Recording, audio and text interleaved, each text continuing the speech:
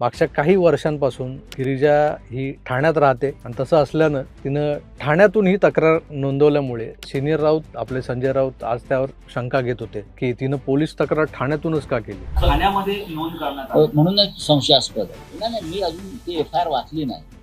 मला आता कोणीतरी त्याची माहिती दिली आणि आता तुम्ही सांगता. संशयास्पद असं का म्हणतं? ठाण्यामध्ये अशा प्रकारचे गुन्हे दाखल होऊ शकतात ठाण्यामध्ये. तर ठाण्याचं नाव आलंय म्हणजे यामागे एकनाथ शिंदे असणार. माझ्या माहितीनुसार महिलेवर जर अशा पद्धतीचे अन्याय अत्याचार होत असतील तर त्या प्रत्येक तक्रारदार बहिणीमागे ठाण्याचे भाई आणि महाराष्ट्राचे देवाभाऊ हे ठामपणे उभे असतात असं बोलतात बुवा. मग राऊतांच्या सुनेच्या मागे हे दोन भाऊ ठामपणे उभे असतील किंवा नसतील, म्हणजे असतीलच ना, पण नसतील कशाला म्हणायचं. तर संजय राऊत आपले उगाच ते ठाणे प्रकरण चिघळवत बसले. तक्रार झाली ना कुठून तरी, त्या तक्रारीत तथ्य आहे का ते बघा, दोषींना योग्य ती शिक्षा कशी होईल ते बघा, पण यांचं आपलं भलतंच.